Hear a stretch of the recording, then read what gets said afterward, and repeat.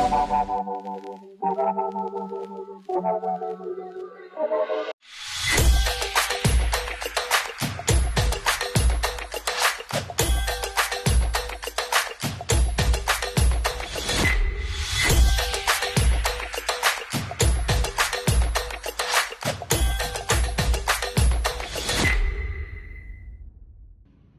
back to Glisa's YouTube channel. For today's video, ang tatalakayin naman natin ay ang Nanlux FL 35YK printed lens.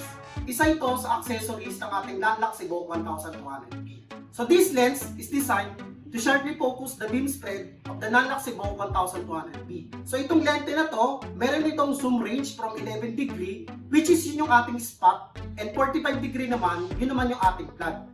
So ngayon, ituturo na namin kung paano i-set up at ikabit sa fixture itong Nanlux FL 35YK Fresnel lens.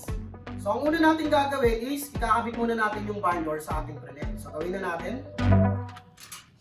So ngayon, pipindutin natin tong part na to para umangat yung lock.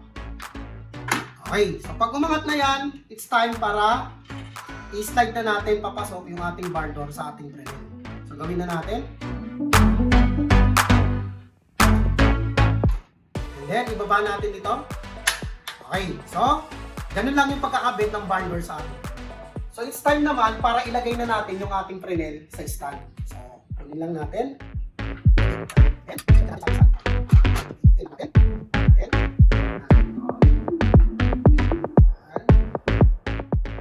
So, kung mapapansin nyo, meron tayo dito mga markings.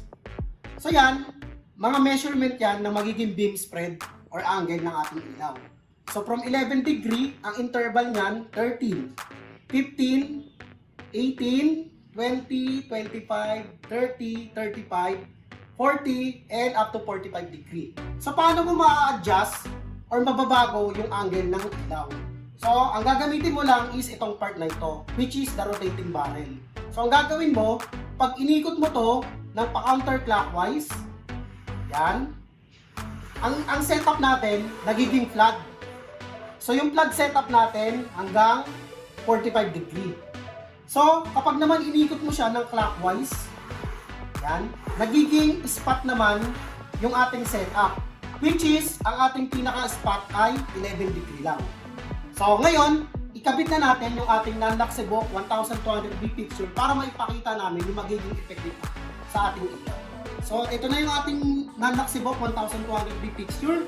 So ikakabit na natin siya dito sa ating Fresnel lens. So kung mapapansin nyo, NL mount siya. So ito yung mga key slot natin.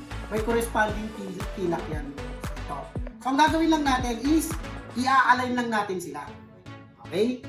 So i-align lang natin yung mga key slot at locking pin. Okay. So pag na-align na yan, i-twist lang natin ng clockwise yung ating fixture.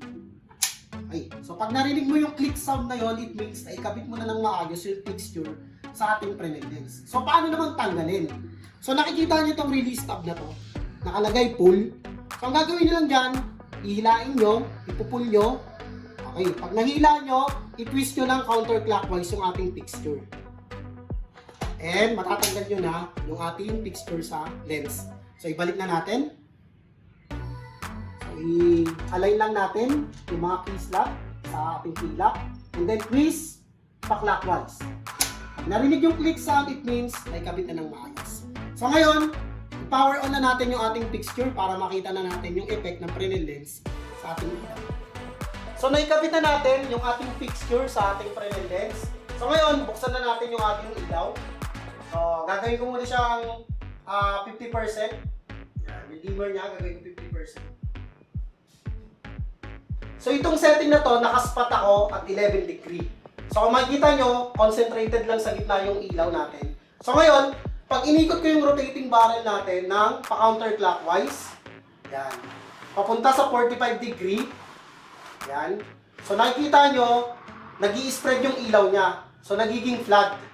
Yan. So yan siya, naka 45 degree. So ngayon, pag binalik ko yan, inikot ko ng pa-clockwise, so ang magiging setup naman natin is magiging spot naman yung ilaw. Yan, kaya yan.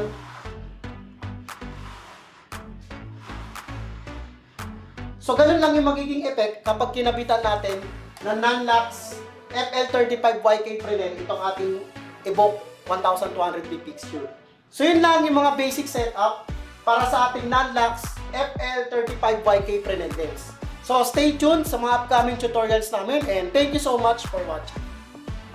If you would like to rent this or any of our other equipment, feel free to contact us at info@lisas.com or any of the numbers on your screen.